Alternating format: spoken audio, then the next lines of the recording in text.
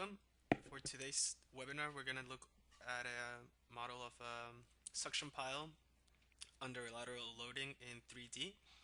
As we can see from the diagram, there'll be a suction pile that's already in the bottom of the sea, connected by a chain. In this case, we're supposedly modeling a buoy pulling, creating a force, a pull force on the side of the suction pile. And so the pile itself is already embedded in the seabed, which in this case we're going to model as clay. And we're going to vary a series of point loads, nodal force loads, on the side of the suction pile to model what would be the chain itself pulling at different angles. And what we're actually going to do is compare this directly with a Plaxis tutorial. Here's a better or more clear understanding of what it is we're looking at today. So as we see, we're going to be modeling a suction pile with a point load itself, and we'll be looking at results like displacement or force loads. Other things that we'll be looking at today will be the use of interface elements, the use of undrained conditions for the clay, as well as the use of structural elements like shell for these hollow suction piles. And lastly, we'll be comparing results directly with this well-known Plaxis 3D tutorial. So off the bat, this is a chart of the material definition. It's only one material for the ground itself, which will be, as I mentioned, clay. We'll be using more column. And something that we'll be using, some of the features that we have optional we'll be using would be, we'll have a starting point of an elastic modulus, but we'll also be increasing it with depth. And it'll be, the reference point will be the surface, which would be at the level of 0, the global level of 0 meters. 0 meters. And then, as I mentioned, we'll also be using the undrained condition. In this case, we call it B. It's basically the second option from the list, which will become more clear once I open the model or the program. And similarly for the elastic modulus, we'll also be looking at a starting point for cohesion, but also increasing this cohesion from the surface going down. And in terms of the structural component, there'll be steel. We'll be using a constitutive model elastic, and then the properties itself will just be a 2D shell, and we're going to say that the pile wall is around 5 centimeters thick. And then here are the parameters for the interface itself. We're going to actually be using two interfaces. We're going to apply an interface on the outside and then apply an interface with different properties on the inside. And this is just to showcase how to do this in the program and also to directly try to follow the steps that we are comparing with the tutorial that we mentioned from the other program. So from here on out until when we get to the results, I'm going to switch to the program itself. And then in the end, I'll come back to the PPT to look at some of these comparisons for the tutorials and a conclusions slide. So we'll be working on 3D. This is the GTS NX program. At this point, I've already established that we're working in 3D. You can see that the global axis is C vertical. If you go to the analysis tab and go to the settings option, you can verify this or you can modify this if you wanted to. So let me just slide this over here. So first thing we're going to do is define the materials. Go to mesh, material, create, isotropic, and we're going to select from the list more column, and we'll call this clay. And I'm just going to fill in the values as we saw on the table. So this is where you tell the program that the modulus for elasticity is going to be increasing with depth, and you give it a reference height. And you also put in other values like the weight, Poisson ratio, K naught factor. In the porous tab, this is where we will be establishing or fixing the undrained condition. As I mentioned, it'll be, we call it option B, which is just literally the second option of the undrained. So it's effective stiffness and undrained strength. And then lastly, for the nonlinear part, this is where we'll give it the cohesion of 5, and it's increasing with 4, and there's no friction. So we'll apply that, and it's just letting us know that we're using this undrained condition. And then the next will be just the steel itself. Steel material. I'll activate this tab to, we're not going to worry about the, what would be the porosity of condition for the steel. So I'll just add 7 zeros in front of this 21. And then give it the weight. So we have our two materials defined, and then the other thing we need to do is tell the program how we're going to be using these materials, which is what the property is for. So we're going to have one in 3D, which is of course the clay, and one in 2D, which will be the pile walls. In this case, we're going to use that shell element, and as I mentioned, we'll give it a thickness of 5 centimeters. Sorry, 0.5. We see the material selected is steel, and we'll just call this the pile. So right off the bat, that's one of the differences from where we depart from the Plaxis tutorial, if you're familiar with it or not, but they actually don't model the pile as a structural element. What they end up doing is using an object, a geometry, a rigid object as they call it, and so it has no structural properties. It can only manage displacements. They apply a load, and it's just like a rigid object, and so it'll move around, but it won't reflect structural results as we will be able to, like forces or moments acting on the pile itself. So right off the bat, there's one of the differences from us and the Plaxis tutorial. So now we can go on to the geometry. So there's different ways to do this. You can draw 2D and then extrude to make 3D, or you can also directly just create 3D objects. In this case, I'm going to create half the ground as a solid object, and then I'll extrude the pile itself. So you can see here I can drag this around and drop it anywhere I want, and there's coordinates telling me. Or I can directly just input these coordinates.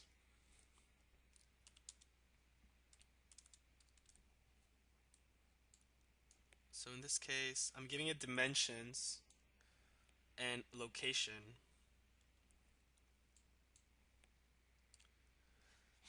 And I can actually preview it and make sure that it's in the right place. So we see here it's nicely centered. It goes, it's 60 wide, but it goes 30 and 30 each way. And it's also 30 deep, the height itself. So we have the first half of what would be our soil layer. Now we're going to draw the location of the pile. For things that are 3D solid geometries, you can drop them anywhere you want. But when you're drawing 2D, we have what this is called, this work plane. You can kind of see that it's here on the ZX plane. So if I want to draw something, it's assisting us since we're working in a 3D environment. It would be very hard without something like a plane to draw something two-dimensional and be able to distinguish the depth of where we want it to be. So this plane helps us for that. So what I gotta do first is I gotta just move it, shift it so that the pilot's sitting, when I draw it, on top of this geometry. So I can go here to the work plane in the works tree and just double click on XY plane. And we see now that this has automatically shifted. And now if I draw something, it'll be in the right location. So I'm gonna draw a circle, a 2D circle, and I'm gonna tell it that I want to make it a face. And as far as location, I'm actually just going to put it at the origin, and then all I got to do is give it a radius. And again, I can draw the radius. Obviously, it would be a little difficult because dimensions of this grid don't quite work for the dimensions of the project we're working. So I'm just going to tell it it's a 5 meter diameter pile, so the radius will be 2.5 meters. And so we see that there. So I no longer need the work grid. I can deactivate it. And what I'm going to do now is I'm just going to extrude the pile itself to make us a cylinder. So I select the object, in this case it's a face. I'm going to select the direction, vertical, and I'm going to tell it that I want it to go 10 meters. And if I preview it, it's negative, so it's going down. So now we have what would be some starting geometry. What I'm going to do now is I'm going to use this command Boolean operation. As it stands now, the program just knows that there's two objects, but he doesn't know how they're going to interact together. So I'm going to embed into the target, the soil, the tool, which is the cylinder. And now it's a more realistic interaction. If I deactivate the surfaces and deactivate one of the solids, we see that the program now recognizes that they're not going to overlap. One is indeed inside the other. So now what I'm going to do is use a command we have called mirror, just to basically reflect this and make a full 3D. So that's another point of departure from the Plaxis tutorial. They do a 3D analysis, but they only model half of the project. So technically it's 3D, but they're not really modeling fully 3D in the sense that their object is cut in half. So here I'm selecting both. I'm going to create a mirror about the CX plane. So I can select it either from here, or I could also select it directly here from the work tree. And I'm going to tell it to just make a copy of this. So we see there now I have a fully 3D geometry. And so we could technically proceed on to meshing, but what I would like to show you is another tool we have called check duplicates that just verifies the contacts between geometries. In this case, we see the faces of the cylinder and between the two sides light up in orange. So that's essentially telling us that the program recognizes that there's a contact. Should we need to fix that, we have this other command called autoconnect, but in this case we're fine. So we could proceed on to meshing. As of now, everything we're going to mesh is going to be with the clay material because they're all 3D objects. Later on, we're actually going to also mesh the 2D pile faces, but as you may know, suction piles are actually hollow inside and they don't have a bottom face, only a top face. So we'll show later how this is achieved when we're trying to model those kind of geometries. For now, let's focus on the soil only, since like inside the pile itself still only has clay, so we will be meshing this cylinder, but we'll be meshing it as clay, and we'll just call it inner soil. I want to give it a size of 1. That means that every 1 meter there will be a location of a node. And what I also want to do in this case is activate the higher order elements. This is to match what's proposed in the Plaxis tutorial, but also these kind of elements are usually used when there's going to be a high expectation of this expectation of high displacements in very soft soil. So it can be used for what would be like a settlement analysis on a very soft soil. You can use these higher order elements, but for the most part, also they're associated with slope stability analysis for a higher accuracy. So here we'll just use them. So this will be meshing the inner soil, and I give it a size of 1. And then I'll mesh the outer soil, and I'll give it a size of 3.75 meters. So a larger size. Now the program will automatically, you can see there the distribution of the different size of elements. The program will automatically find a way to connect, to compensate, or to have this gradual change in size. You can kind of see it very clearly if you see the starting size of the elements and how they become closer as they get to the pile. Of course, they have to, since they want the nodes to line up and match and be connected. Well, that's another difference with the Plaxis software. They had to use a helper object in between, an additional geometry with a specific mesh size, just so they can get these connections between the inner and the outer layers, whereas we don't have to worry about that. The program is very good about connecting automatically these gradual changes, these different sizes of elements between sets. if we need it, or if we chose to have even more control, we actually have our own commands for controlling the size of the mesh in more advanced ways, where you can tell it even like linear gradings. You can select edges and have a starting size on one end and another size on another within the same geometry. In this case, it's very easy, very straightforward, at least in Midas, because we just have different geometries of specific sizes. So there's no need to control additional different sizes or use additional size control. So now we've meshed the soil only, and what we're gonna do next is create a reference point for where we're gonna apply the load. I'm gonna deactivate the soil layers, the outer soil layers, and I'm gonna go back to geometry and do a 3D point. In this case, since it's 3D, I don't have to worry about the work plane, and I especially don't have to worry about the work plane because I'm gonna draw it directly on my geometry of the pile. So I want it to be exactly on the right side, which we know the diameter is 2.5. We can actually see the grids here. It's telling me on the x-axis 2.5 is the outer edge. So I want it to go then down to the 7-meter point. So this is exactly where I want it, 2.5 to the right, 7 meters down. And if I turn it, it should be exactly in between these two sets. So that's just a reference point to where I'm going to apply my load, but it's much easier to use these coordinate systems with the drawings than when you're trying to guess that point applying the load itself. So next what we're going to do is we're going to create the shell element of the pile itself, and we're going to use a command called extract. So we'll go here to element extract. This command allows us to, as it says, extract mesh sets from existing mesh sets and apply whatever property we want.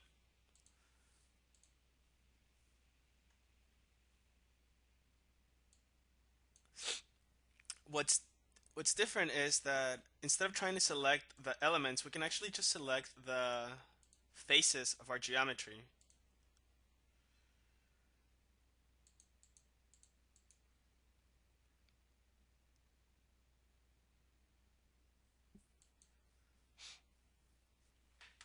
And so I'll select from here the type face, since it's a geometry face. And I'm going to select the 4 outer walls and then the top faces. See, we're leaving unselected the bottom, and because it's a shell element, it'll be hollow. It'll leave it hollow inside. So this will just be the pile. And we're already assigning the structural property of pile, but we'll notice that the nodes actually coincide to the location of the already meshed ground, so they're connected. But we see here, this is exactly what we wanted, a hollow pile itself, but the top, it's a suction pile, so the top is also there.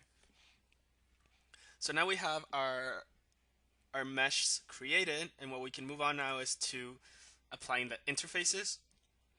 So I'll go here to interface. We're gonna use the plane option, and we're going to select from shell, since this is a shell element. So a few things. First, you select the shell elements. In this case, I'm selecting them all. We see that we can choose to apply the interface either on both faces all at once, or we can choose between additionally normal or negative normal.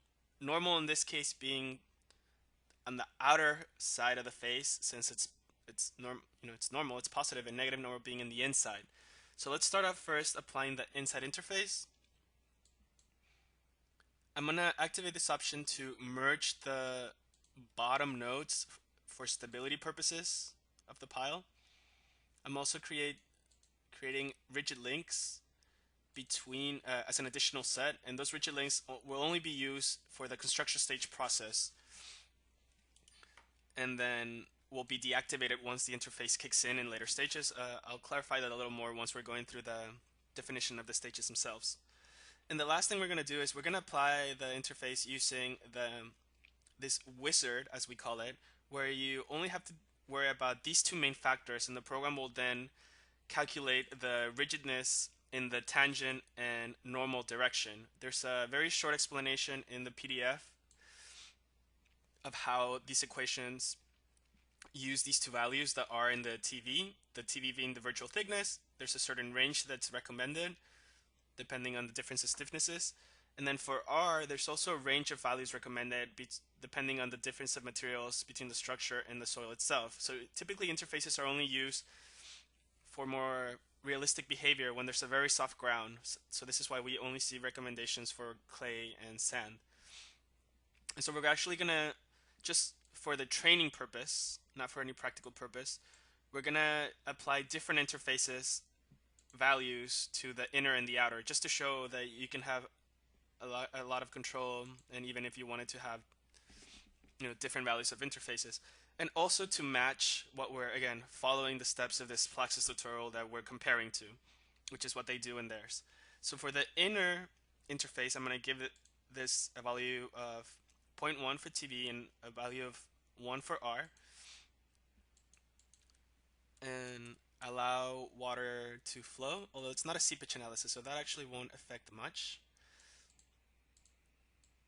And then we'll call this the inner interface, and I'll apply it.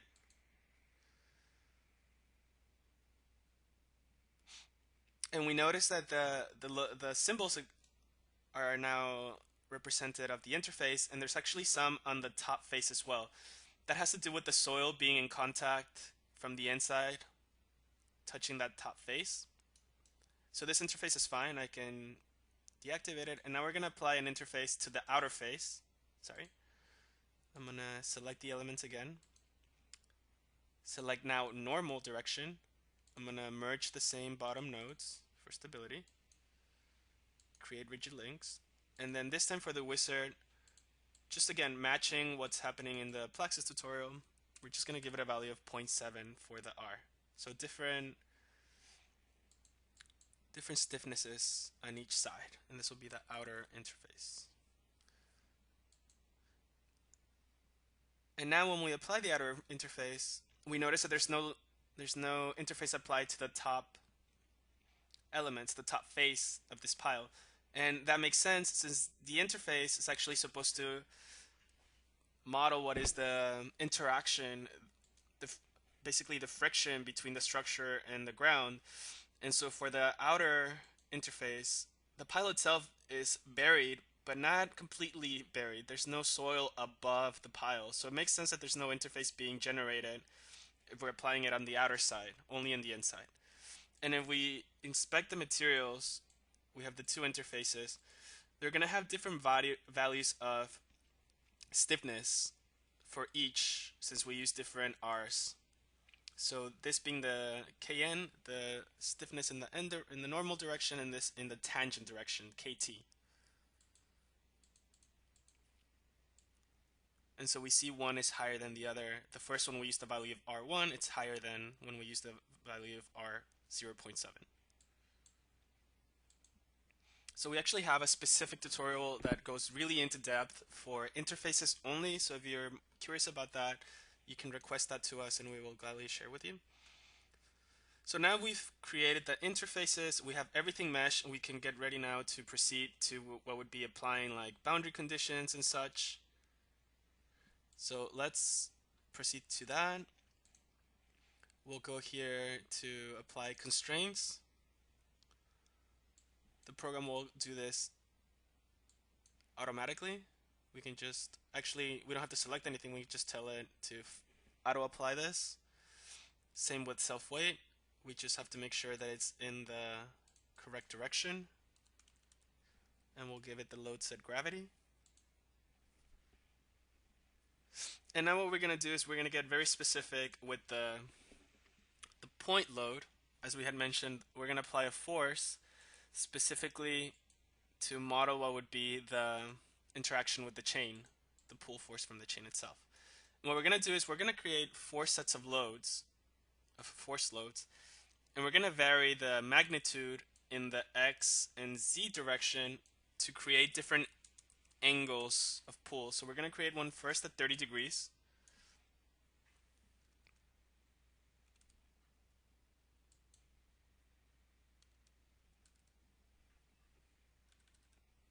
And I'm going to select the specific point, which is actually applying it to the node. So as I mentioned, that's just a geometry reference.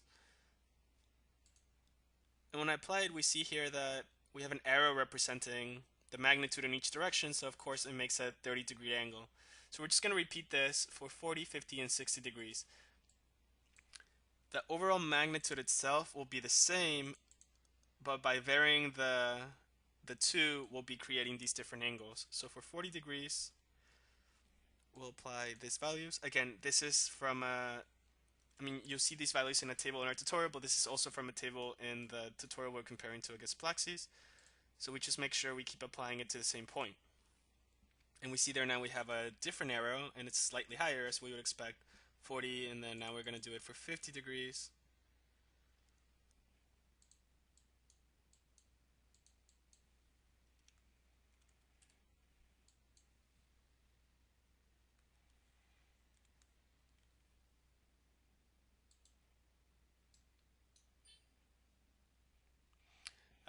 I have this automatic saver that just come up and told me to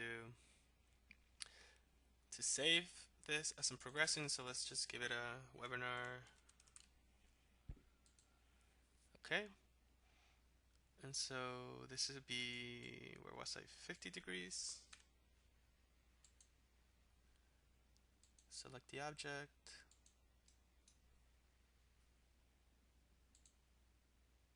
So we see there the third arrow, and we're just going to do that one more time for 60 degrees.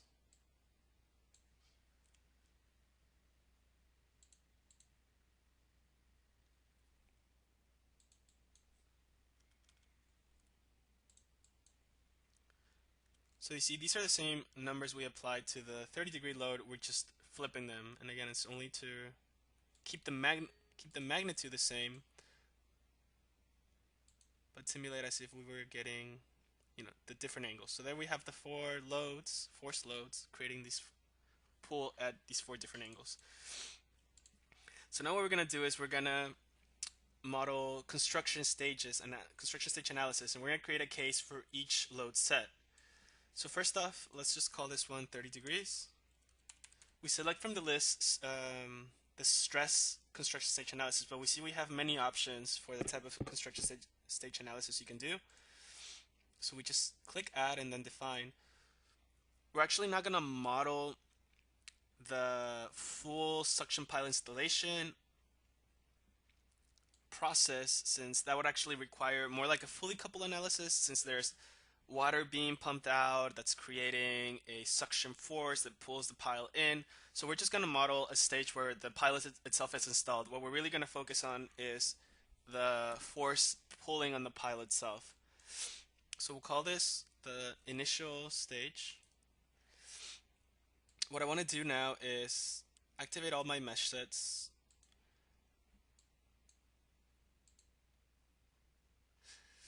And what we see here is we have three tabs. We have the tab for everything we've created, the tab for data to be activated, to be considered in this stage, and then later we'll be showing how this data is deactivated as well when we're simulating excavations or we want sets to no longer be used. So in this case it's very simple. There's not a lot of sets, but it can get a little tricky to make sure you're activating everything you need just by names. So it's a good practice to have very clear names for your mesh sets. Another trick that we also have here is to tell the program to only show you what's been activated up to this point. So now it's very clear, nothing is here, but as I start to drag and drop, things start to appear in the window. So it becomes easier to see if we're missing anything. So of course we want to activate this is the initial stage, so only the soil, but we also need to activate the rigid link set. If you recall, when we created the interfaces, we created the set as well. This is where it's useful. If you're going to be using interfaces, what you're actually doing is you're disconnecting the nodes between the layers to simulate, add this interface that's more like a plane, an additional element that simulates the friction between them. So since these nodes are disconnected, but we're not going to activate the interfaces into the next stage when we activate the pile, we need this rigid link set for stability purposes in the initial stage. So this is why we have it now. We're going to activate the outer boundary condition and then the gravity load. What we also want to define is the water level. We're simulating like we're 50 feet beneath the sea surface, and we want to clear displacements. So now we have the visualization there of the water level as well. So this is stage 1. We go to new stage. This will be the pile being installed. So I'm going to drag and drop the pile, drag and drop both interfaces to activate, and I'm going to deactivate. I have to bring it over here, the rigid link set, since the interfaces are now in place. So you'll notice that I don't have to reactivate other sets. They stay activated. Only when I drag something out to be deactivated will that come off, to say that. And I can only deactivate things that were previously activated, which would make sense. And then the last stage will just be the load, 30 degrees.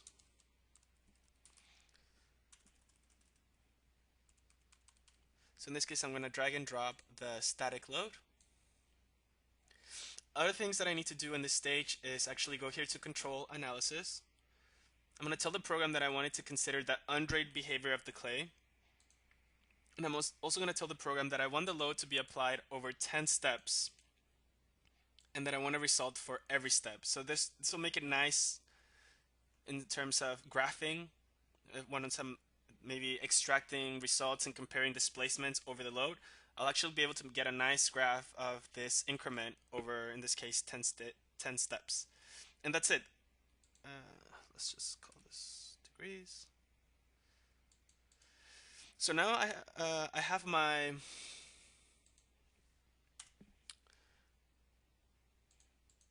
my first stage created, construction stage, and rather than go back and do the same thing over and over and over 4 times, I can just make copies and just change the name to keep track of everything. Click modify. And then the only thing I have to do is, on the very last stage, just replace the loads. I can then just replace 30 degrees for 40 degrees, since this is a completely different set of analysis, and I will do the same for the others. But you see how all the other stages where everything was copied. So stage 1 is the same, stage 2 is the same. The only thing is now, again, I'm replacing the loads and just updating the name just for namesake. And lastly will be the 60 degrees.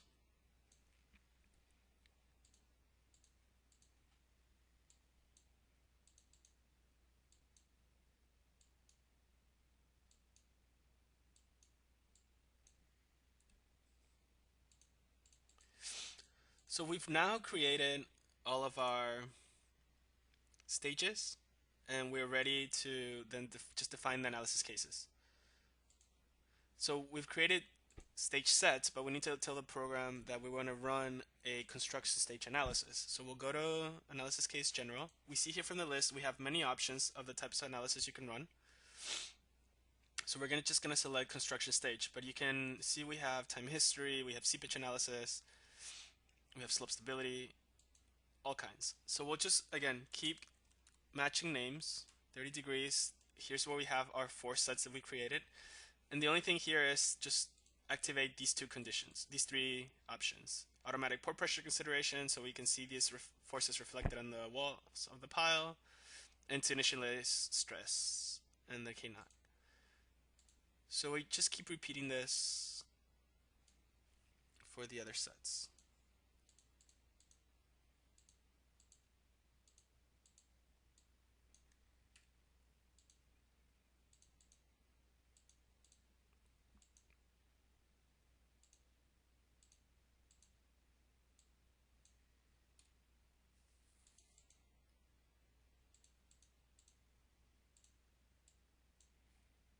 And now we have all 4 of our cases. So we're finally ready. We just save it and run. And just click OK. Now I'm going to leave this for a second just to show you what the output window looks like once you start running analysis. You'll also get this box. And so what you'll see is, you'll see a progression. We see here we've entered the 30 degrees case initial stage. And you'll get information about if there's any warnings, if there's any issues. You get information about how much time it's taking, stuff like that.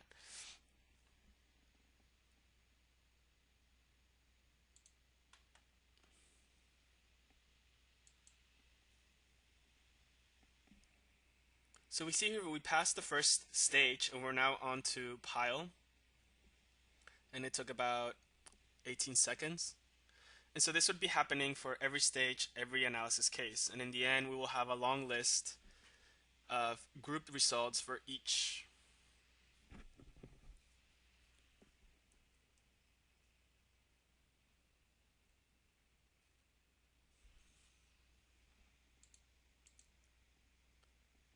Which would look something like this. I'm just going to open a model that's already finished. So what we'll see then is we have all of our analysis sets in order, and each set has its own 3 stages.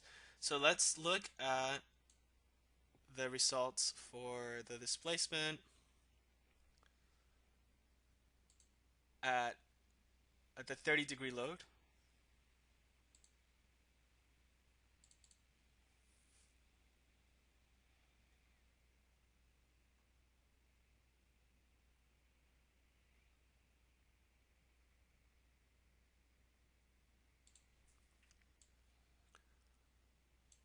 And then what I actually want to focus is looking at the results. I'll come back to the model just to show you, just to show you specifically the Plaxis tutorial. The only result they show is the displacement for the 30-degree load, which is what we're looking at. What we were looking at in the program, but we're looking here at a screenshot. So we're looking at a maximum of 24 millimeters displacement, and this is the distribution, a max at the point, of course, of load. Plaxis is showing between 24 to 26 millimeters. 26 is their upper bound, but they don't have a specific. I think they just have ranges. So we see that we match pretty well for the tutorial's sake in this case.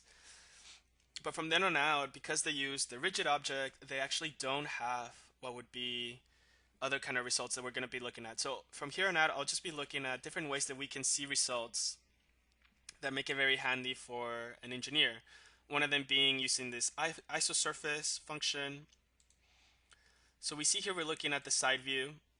We can activate the max results, as we saw in the diagram. So different things we can do is use this thing called Isosurface, where you can limit the range of results that are shown by cap. So here I'm telling it not to show me anything below displacements of 2 millimeters. So it makes this a little easier, a little more clear on maybe focusing on what's happening. Maybe in other results, it would be more interesting keeping the range maybe at 4 millimeters, something like that. Other things you can do with the program is you can create multi-step animations. So this was a construction process with 10 load steps. So I can actually tell the program to show me a video of this increment. So once I go here to play, we see the program showing me, in this case it's shifting the maximum displacement around to, automatically, but we have a better understanding. We kept the limit at 4 millimeter cutoff. So you see how even the isosurface itself reaccommodates for what's happening around the model. So that's something you can actually save and include in a presentation like the one that I have in my PPT. So that's isosurface. Something else that might be of interest. So up to this point, we modeled this in a specific way where it's easy to just deactivate sets and show, half of the results, which is again kind of what Plaxis is doing, but we have way more control of that. We have this other command called clipping plane. So I don't have to necessarily be constrained by the geometry in which I initially meshed. I can actually just tell it to clip a plane at any point or in any direction, and then create combinations of results that I want to see. So this, for instance, might make it even more clear of what's happening in this 3D space, since it's clearly based on the lateral, not a symmetric result. So this makes it, a handy feature that you can then easily just go to something like what we have as a 3D to 2D wizard. So this allows us to select points of interest, nodes of interest, in this plane that we've cut. We see here that if we rotate the model, those red dots represent the location of the nodes, and you can actually just select individual points of interest and create a table out of that. So it's very easy to work in a 3D environment and get hard to get results. So that's our clipping plane function. Other thing that you would definitely be interested in, would be something like graphing results. So the program has this command called extract, and we can select any kind of result we want. In this case, let's say total displacements, and you see here you select the set. We're sticking with the 30 degrees, and especially for construction stage analysis, this is very handy since you can see the progress through the process. And so here I can select the node or nodes of interest to graph, or I can actually just directly tell it, just give me a table, do the maximums, the maximum displacements through this whole process, just table that out. And so we see here, this is why it's also nice that we did the 10 increments for the load, because now we can graph this quite nicely. So I'm here in millimeters. I can actually first tell it that I want to just make it a little cleaner how you're displaying it, just show general. I don't like how it looks in scientific for both. So we see now it's much more easier to see what's happening in each stage, and we can directly just select these two columns and either export them to Excel or just graph them in the program. And we can get this nice graph of the displacements throughout the process, in this case the load increment. And then lastly, I guess what we would be interested in looking at would be the results on the pile itself. So in this case, it's the shell element. I'm going to change my units back to meters, since now we're looking at results like moments.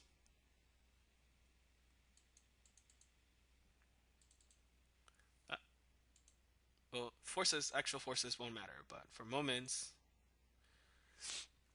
So here we see our actual forces on the pile itself. This concentration. In some cases you might want to see that a little more clearly if you have structural elements. So you can add this cut-in diagram. Actually, I didn't want to select that. Let's select it again. So starting point there, I'm just going to draw it basically along the face of this and tell it to extrude it in this direction. And we're going to get a line diagram reflecting the results. So we see there, it's a little more clear now of where this is happening. It shows the max and the mins. So there's all these different ways to see the results in the program. In this case, we can also look at the bending moments generated by this force on the side of the pile.